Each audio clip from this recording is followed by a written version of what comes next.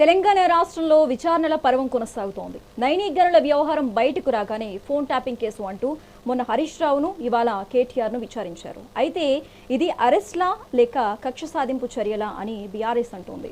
ఇక ఇదే టాపిక్కి సంబంధించి మనతో పాటు డిస్కస్ చేయడానికి జూమ్ లైవ్లో అందుబాటులో ఉన్నారు బీఆర్ఎస్ నాయకులు లక్ష్మీ నరసింహారెడ్డి గారు, అలాగే కాంగ్రెస్ నాయకులు రామచంద్ర గౌడ్ గారు, బీఆర్ఎస్ నాయకులు సింతారెడ్డి గారు.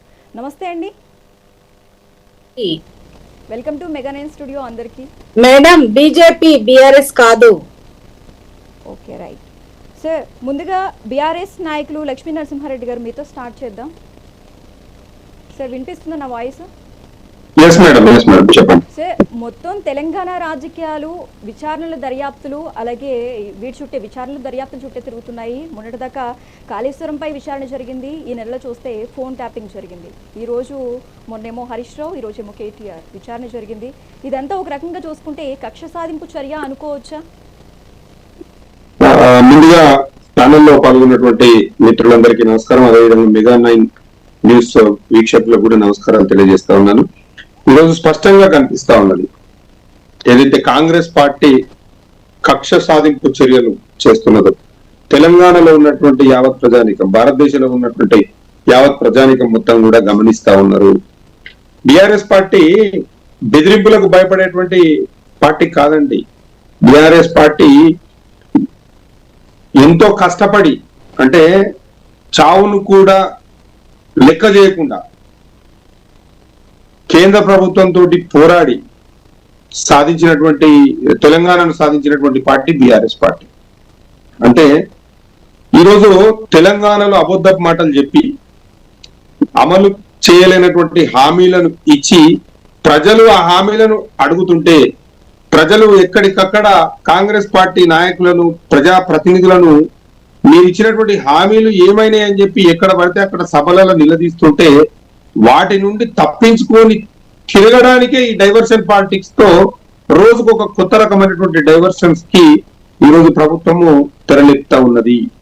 ఎందుకంటే నేనేం చెప్తున్నానంటే 2 సంవత్సరాల నుంచి ఈ తెలంగాణలో అధికారంలోకి వచ్చినాక 2 సంవత్సరాల నుంచి అనేక కేసులు ఈరోజు బీఆర్ఎస్ నాయకుల పైన మోపి బెదిరించేటువంటి ప్రయత్నం చేస్తా ఉన్నారు. స్పష్టంగా ప్రతి ఒక్కరు గమనిస్తా ఉన్నారు.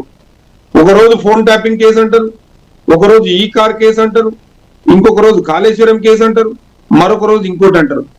కానీ దాంట్లో ఏమీ ఉండదు. ఎందుకంటే అక్కడ ఎలాంటి అవినీతి అనేది లేదు, ఎలాంటి తప్పు అనేది లేదు. కేవలం ఏంటంటే వాళ్ళు ఇచ్చినటువంటి హామీలను ప్రజలు అడుగుతున్నారు, వాటి నుంచి తప్పించుకోవడానికి మాత్రమే ఈ డైవర్షన్ పాలిటిక్స్. ఈరోజు ముఖ్యమంత్రి గారు ఏమనుకుంటున్నారంటే చేతిలో కర్ర ఉంది, నా చేతిలో కట్టె ఉంది, న్యాయం మొత్తం నా వైపే ఉంది అనేటువంటి ఆలోచనలో ఉన్నారు. కానీ తెలంగాణ ప్రజలు పూర్తిగా నిశితంగా పరిశీలిస్తున్నారు. ఈ ప్రభుత్వం ఏమి మాటలు చెప్పి ఈరోజు అధికారంలోకి వచ్చింది, ఏ విధమైనటువంటి హామీలు ఇచ్చింది, ఈ హామీలను ఎక్కడ పోయినవి, మీ 6 గ్యారంటీలు ఎక్కడ పోయినవి, మీరు రైతులకు వాళ్ళకు కొంత అంటే ప్రజలలో తిరుగుతున్నారు, కొద్దిగానన్నా వాళ్ళు ఒకసారి ఆలోచన చేయాలి. సంక్రాంతి వెళ్ళిన తర్వాత రైతు భరోసా వేస్తా అని చెప్పి స్వయంగా ముఖ్యమంత్రి గారే చెప్పారు. సంక్రాంతి అయిపోయి కూడా 10 దినాలు అవుతుంది, ఇప్పటిదాకా రైతు భరోసా లేదు, దాని మీద దృష్టి లేదు. కానీ ఎంతసేపు ఉన్నా కానీ ఈ అంటే పసలేనటువంటి నిజం లేనటువంటి అబద్ధాన్ని నిజంగా చిత్రీకరించాలనేటువంటి ఉద్దేశంతో ఈ కేసుల పేరుతోటి డైవర్షన్ పాలిటిక్స్ చేస్తున్నారు తప్ప ప్రజలకు ఇచ్చేటువంటి ఏ హామీని కూడా వీళ్ళు అమలు చేసేటువంటి ప్రయత్నం చేస్తలేరు. ఇలా ఫోన్ ట్యాపింగ్ కేసు అని అంటున్నారు. ఫోన్ ట్యాపింగ్ అనేది బ్రిటిష్ కాలం నుంచి ఉన్నదండి. అది గూఢచర్య వ్యవస్థ, నిఘా వర్గాలు పనిచేస్తవి. ఇవాళ పోయి కేటీఆర్, హరీష్ రావు గారు ఇంకా ఎవరైనా బీఆర్ఎస్ నాయకులు పోయి ఆ ఫోన్ కాడ కూర్చొని ట్యాపింగ్ చేసిరా, ఎవరి మాటలు విన్నారా? అది అధికారులు చేస్తారు. అధికారులు ఎందుకు చేస్తారు? ప్రభుత్వాన్ని కూల్చడానికి కానీ, ప్రభుత్వంపై ఎవరైనా వ్యతిరేక కార్యకలాపాలు చేస్తుంటే తీవ్రవాదుల యొక్క నిఘా కార్యకలాపాలను, తీవ్రవాదుల యొక్క కదలికలను గుర్తించనీకే, ఇంకా ఏవైనా ఇబ్బందులు ఉంటాయి వాటిని గమనించనీకే, వాటిని పరిశీలించనీకే ఫోన్ ట్యాపింగ్ చేస్తారు. కానీ అనవసరంగా ఓన్లీ ఈ బీఆర్ఎస్ నాయకులు మాత్రమే ఏదో వీళ్ళే ఇన్వాల్వ్ అవుతున్నట్టు, వీళ్ళే ఇన్వాల్వ్ అయ్యారు అని చెప్పి అబద్ధ ప్రచారం చేసేటువంటి ప్రయత్నం చేస్తా ఉన్నారు. ఇవాళ నేను ఒకటే అడుగుతా ఉన్నాను, అసలు వీళ్ళు తీర్పు రాకముందుకే, విచారణ జరగక ముందుకే బీఆర్ఎస్ నాయకులు చేసిరు ఫోన్ ట్యాపింగ్, బీఆర్ఎస్ నాయకుల వల్లనే ఈ ఫోన్ ట్యాపింగ్ జరిగిందని చెప్పి వీళ్ళందరూ వీళ్ళే లీకులు ఇచ్చుకుంటా వీళ్ళందరూ వీళ్ళే దుష్ప్రచారం చేయడం అనేది ప్రజాస్వామ్యంలో ఒక వ్యక్తుల యొక్క స్వేచ్ఛను, వాళ్ళ యొక్క గౌరవాన్ని హననం చేసేటువంటి కార్యక్రమమే తప్ప ఇంకోటి లేదు. ఇది కేవలం రాజకీయ కక్ష మాత్రమే. హరీష్ రావు గారు ఏదైతే ప్రభుత్వంలో జరుగుతున్నటువంటి అవినీతిని ప్రశ్నిస్తున్నందుకు, ఏదైతే సింగరేణి బొగ్గు గనులలో జరుగుతున్నటువంటి కుంభకోణాన్ని బయటపెట్టినందుకే ఈరోజు తెల్లాటల వరకల్లా హరీష్ రావు గారికి నోటీసులు, మళ్ళా తెల్లారి కేటీఆర్ గారికి నోటీసులు, ఇంకా రేపు ఎవరికి వస్తుందో, ఇంక ఇప్పటి వరకు ఇయ్యలేదు, మరి రేపు ఎవరికి ఇస్తారో తెలియదు. ఇట్లా వాళ్ళు ఎంతసేపు ఉన్నా గానీ ప్రభుత్వాన్ని ఇబ్బంది పెడుతున్నారు, ఈ ప్రభుత్వాన్ని ప్రశ్నిస్తున్నారు. ప్రజలు కూడా రేపు గ్రామాలలో పోతే తిరగనిచ్చే పరిస్థితి లేదు. ఈ క్రమంలోనే వాళ్ళను భయపెట్టియాలి అనేటువంటి ఒక దుశ్చర్యకు పాల్పడుతున్నారు తప్ప మరేమీ లేదు. ఎన్ని కేసులు పెట్టినా, ఎన్నిసార్లు మీరు బెదిరించాలనే ప్రయత్నం చేసినా తిప్పికొట్టడానికి మేము సిద్ధంగా ఉన్నాము. విచారణకు మేము పూర్తిగా సహకరిస్తామని చెప్పి కేటీఆర్ గారు, హరీష్ రావు గారు స్వయంగా చెప్పారు. మీరేం విచారిస్తారో విచారించరు, మీరేం అడుగుతారో అడగండి, మీకు కావాల్సినటువంటి సమాచారం మేము ఇస్తామని చెప్తున్నారు. అంతేగా దాన్ని నిశితంగా పరిశీలించకుండా దాన్ని ఏ రకంగా చేయాలో తెలియక కేవలం నోటీసులు ఇచ్చి కాలయాపన చేసుకుంటా ఇలా డైవర్షన్ పాలిటిక్స్ చేస్తే ఎవరు కూడా దీన్ని సహించరు. ప్రభుత్వ వైఫల్యాల నుంచి దృష్టిని మరల్చడానికి మాత్రమే వీళ్ళు ఈ రోజు ఈ కార్యక్రమాలకు శ్రీకారం చుట్టిరని చెప్పి నేను మీ ద్వారా తెలియజేస్తా ఉన్నాను. ఎవరైనా నేనేమంటున్నానంటే శిక్ష సింగరేణి టాపిక్ వచ్చింది కాబట్టి నిన్న కేంద్ర మంత్రి కిషన్ రెడ్డి గారు ఒక ప్రెస్ మీట్ పెట్టారు. ప్రెస్ మీట్లో ఏమన్నారంటే గత 10 ఏళ్లుగా బీఆర్ఎస్ కావచ్చు అలాగే కాంగ్రెస్ కావచ్చు దోపిడీ అనేది చేస్తుంది అని అన్నారు. దాదాపుగా ఇప్పటి వరకు సింగరేణి కార్మికులకు వచ్చేసి 47,000 కోట్ల వరకు ఇవ్వాలి అని కిషన్ రెడ్డి గారు అనడం జరిగింది.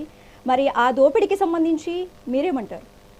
ఇప్పుడు నేనేమంటున్నానంటే కిషన్ రెడ్డి గారు మాట్లాడుతున్నప్పుడు 10 సంవత్సరాల నుంచి మాట్లాడినటువంటి కిషన్ రెడ్డి గారు హఠాత్తుగా నిన్న 3-4 రోజుల కింద మాట్లాడడం అనేది చాలా హాస్యాస్పదంగా ఉంది.